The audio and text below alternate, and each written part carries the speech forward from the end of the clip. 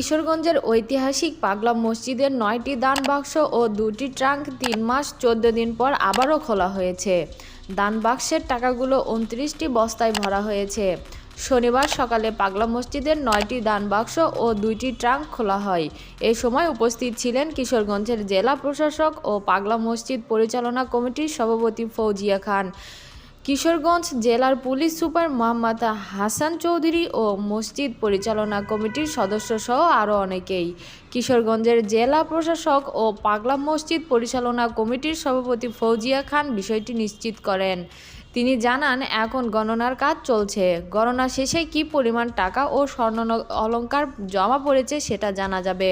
টাকা গণনার কাজে কিশোরগঞ্জের অতিরিক্ত জেলা প্রশাসক রুবেল মাহমুদ, অতিরিক্ত জেলা ম্যাজিস্ট্রেট মিজাবে রহমত, অতিরিক্ত জেলা প্রশাসক মোহাম্মদ নাহিদ হাসান খান, কিশোরগঞ্জ সদর উপজেলা নির্বাহী কর্মকর্তা মোহাম্মদ এরশাদ মিয়া, নেজারত ডেপুটি কালেক্টর রওশন কবির সহ মাদ্রাসার ২৮৫ জন ছাত্র, ব্যাংকের ৫০ জন স্টাফ, মসজিদ কমিটির ৩৪ জন ও আইন শৃঙ্খলা বাহিনীর ১০ জন সদস্য অংশ নিয়েছিলেন।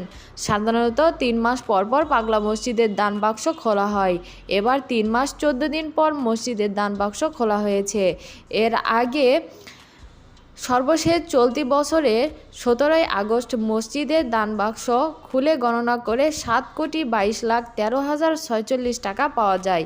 এছাড়া স্বর্ণ ও রূপাসহ বেশ কিছু বৈদেশিক মুদ্রাও পাওয়া গেছে।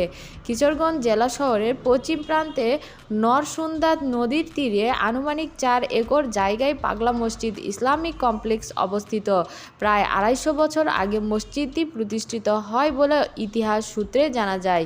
এই মসজিদের প্রতিষ্ঠা নিয়ে অনেক কাহিনী প্রচলিত আছে, যা ভক্ত ও মুসল্লিদের আকর্ষণ করে।